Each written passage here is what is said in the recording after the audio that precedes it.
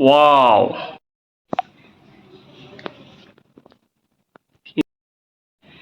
ছোট ভাই আরিফের আমন্ত্রণে আজকে আমরা এসেছি ওর মেসে।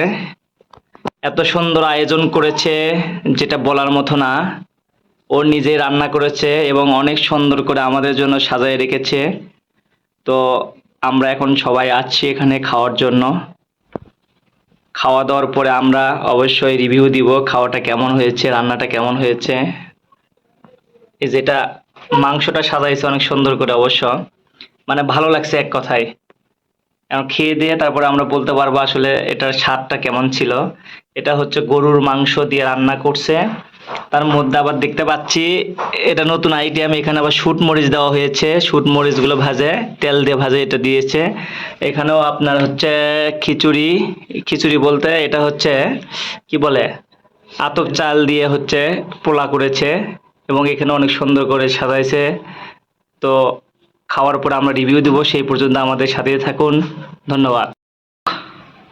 দেখেন কত বড় একটা প্লেট নিয়ে খাওয়া শুরু করে দিয়েছে। দেখি আজকে খেতে পারে কিনা, দেখি।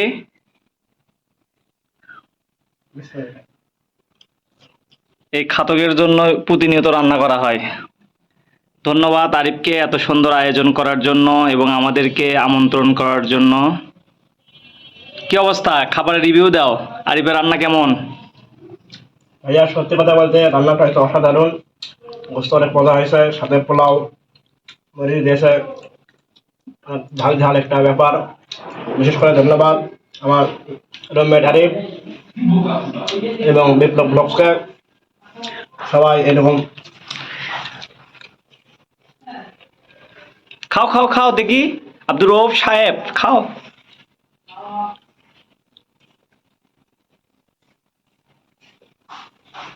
এতগুলো মরিচ খেতে পারবা তুমি? অবশ্যই। অভ্যাস আছে? অবশ্যই। ওয়াও, এক প্লেট খাবার সাবার করেছে আমাদের রউফ। রান্নাটা অসাধারণ ছিল এবং অনেক সুস্বাদু হয়েছে। এই যে আরিফের আমন্ত্রণে আমাদের খাওয়া দাওয়া, এটাই সেই আরিফ। আরিফকে অসংখ্য অসংখ্য ধন্যবাদ, নিজের হাতে এত সুন্দর করে রান্না করে আমাদের জন্য খাওয়ানোর জন্য। এই তো বেচারারা সবাই খাচ্ছে।